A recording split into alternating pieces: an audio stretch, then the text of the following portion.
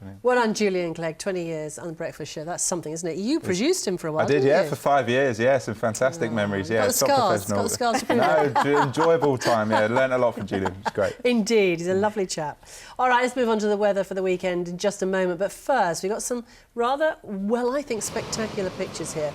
Durdle Door, you recognise that, yeah? It's beautiful. And yeah. it's from a camera that's fixed up on the Lulworth estate. But just watch carefully in the bottom of the screen there. Look. Now, that just shows you, it's a reminder of how unpredictable and dangerous the sea conditions can be. Do not go close to the sea, particularly in the next couple of days. Yes, particularly tonight, this evening, we've got a warning coming up. We start off with a weather photo, which is really appropriate, actually. Paul DeMarco snapped the stormy conditions at Swanage today, just at the right moment. Gloomy scenes at Waverley Abbey ruins in Farnham. Thanks, Nick Keown. And for anyone who's been working outside today, this picture just about sums things up. Tony Boyd from Calmore there.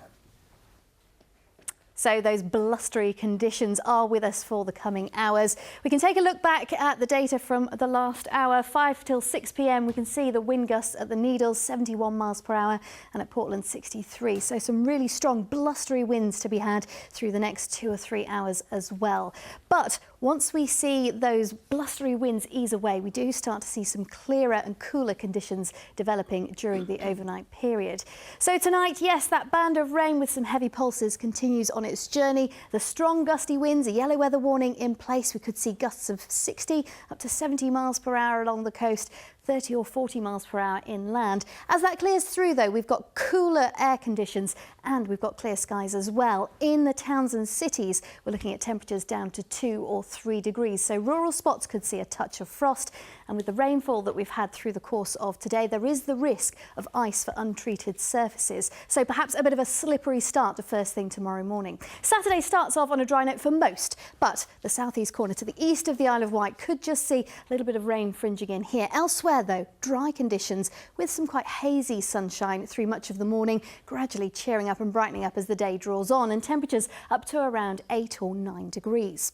So then as we look through tomorrow night, we see another area of quite showery activity working its way in from the southwest. So with the cool conditions, frost, then the rain, then cool conditions once more. Again, the risk of those icy conditions for untreated surfaces as we venture into first thing on Sunday morning. Temperatures, towns and cities, 2 or 3 degrees.